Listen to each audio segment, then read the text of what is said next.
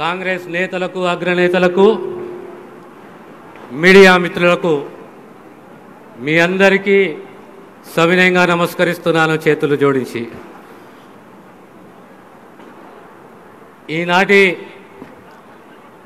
కాంగ్రెస్ కార్యకర్తల యొక్క ఉత్సాహము, మీ యొక్క పటిమ, మీ యొక్క పట్టుదల చూస్తుంటే కాంగ్రెస్కు మళ్ళీ తిరిగి పునర్వైభవము రాబోతున్న దాంట్లో ఎలాంటి సందేహం లేదు. మొట్టమొదట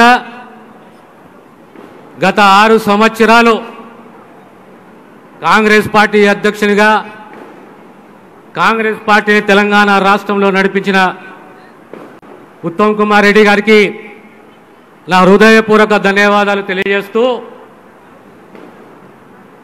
తెలంగాణ ప్రాంతము రాష్ట్రము కావాలని చెప్పి 6 దశాబ్దాల సుదీర్ఘ పోరాటము, తెలంగాణ పోరాటము ఆత్మగౌరవంతో కూడిన పోరాటము, తెలంగాణ పోరాటము స్వయం పాలన కొరకు పోరాటము. తెలంగాణ రావడం అంటే ఆషామాషి కాదు, తెలంగాణ నిర్ణయం అంటే ఆషామాషి కాదు. కాంగ్రెస్ పార్టీ ఒక జాతీయ పార్టీ. ఆనాడు 2009 బహిరంగ సభలో కరీంనగర్లో ఆనాడు సోనియా గాంధీ గారు మాటిచ్చి తెలంగాణకు మేము సరైన సమయంలో న్యాయము చేస్తామని చెప్పి తెలంగాణకు న్యాయం చేసిన ఘనత, చరిత్ర కాంగ్రెస్ పార్టీది, సోనియా గాంధీ అనే విషయాన్ని మనమందరం గుర్తుపెట్టుకోవాలని చెప్పి సవినయంగా మీకు తెలియజేస్తున్నాను. కాంగ్రెస్ పార్టీకి తెలుసు తెలంగాణ ఇస్తే ఆంధ్రలో కాంగ్రెస్ పార్టీ నష్టపోతుందని చెప్పి. అయినా పర్వాలేదు, కాంగ్రెస్ పార్టీ చరిత్ర ఉన్న పార్టీ. కాంగ్రెస్ పార్టీ మాటిస్తే మాట నిలబెట్టుకునే సత్తా ఉన్నది కాంగ్రెస్ పార్టీకి. నష్టపోతున్నా తెలంగాణకు న్యాయం చేయాలనుకున్నది, న్యాయం చేసింది కాంగ్రెస్ పార్టీ, సోనియా గాంధీ.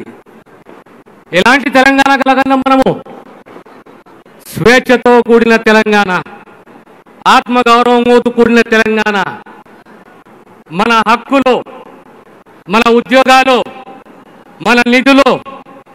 కానీ గత 7 సంవత్సరాలలో మన అమాయకత్వము, మన అతి విశ్వాసము ఈరోజు తెలంగాణ సమాజాన్ని తీవ్రంగా నష్టము చేసింది. మనం కలలో ఊహించలేదు ఒక కుటుంబ పాలన వస్తుందని చెప్పేసి. కానీ తెలంగాణ ఆనాడు కానీ, ఈరోజు కానీ, రేపు కానీ తెలంగాణ భవిష్యత్తు నిర్ణయం చేసేది తెలంగాణ యువతనే. కనుక తెలంగాణ యువత ఈరోజు మళ్ళీ ఇంకో ఉద్యమానికి తెరలేపాలే. ఖచ్చితంగా ఈ కుటుంబ పాలనకు చరమగీతం పాడాలి. కాంగ్రెస్ పార్టీ సిద్ధాంతాలని నమ్ముకున్నది. చాలా మటుకు ఈ మధ్య కాలంలో మనం వింటున్నాము, అరే కాంగ్రెస్ పార్టీ ఏం చేసింది గత 60 సంవత్సరాలు, కాంగ్రెస్ పార్టీ ఏం చేసింది 70 సంవత్సరాలు అని చెప్పి. చరిత్రలోకి పోకుండా 4 అంశాలు చెప్తాను. ఈ మధ్య కాలంలో మనకు కరోనా వైరస్ వచ్చింది. కరోనా వైరస్ వచ్చినప్పుడు 30 కోట్ల పేద కుటుంబాలకు బాసటగా నిలిచున్నది, ఆర్థిక సహాయం చేసింది, పని కల్పించిన చట్టము అంటే పనికి ఆహార పథకము, ఆ చట్టాన్ని తీసుకొచ్చిన చరిత్ర కాంగ్రెస్ పార్టీది. అలాంటి ఎన్నో చట్టాలు తీసుకొచ్చింది. ఇంతకుముందు అన్నట్టు రాబోయే 2.5 సంవత్సరాలు ప్రతి కాంగ్రెస్ కార్యకర్త నడుము బిగించాలి. స్వేచ్ఛతోటి, ఆత్మగౌరవంతో సంక్షేమాన్ని, అభివృద్ధిని అందించే దిశగా పారదర్శకతో కూడిన ప్రభుత్వం మనకు కావాలి. ఆ ప్రభుత్వం వస్తుందంటే కేవలం కాంగ్రెస్ పార్టీతోటి. కాంగ్రెస్ పార్టీలో ఎన్ని వర్గాలు ఉన్నా కానీ చివరకు కాంగ్రెస్ ఐక్యంగా ఉండి ఈరోజు హైకమాండ్ నిర్ణయం తీసుకుందో ఆ నిర్ణయానికి కట్టుబడి ఉండి రేపొద్దున రేవంత్ రెడ్డి గారి నాయకత్వంలో ఖచ్చితంగా పోరాడి ప్రతి ఒక్క యువకుడు, ప్రతి ఒక్క కాంగ్రెస్ కార్యకర్త పోరాడి కాంగ్రెస్ పార్టీ తిరిగి ప్రభుత్వాన్ని ఏర్పాటు చేసే దిశగా మనందరం కలిసికట్టుగా పోరాడాలని చెప్పి తెలియజేస్తూ నేను సెలవు తీసుకుంటాను.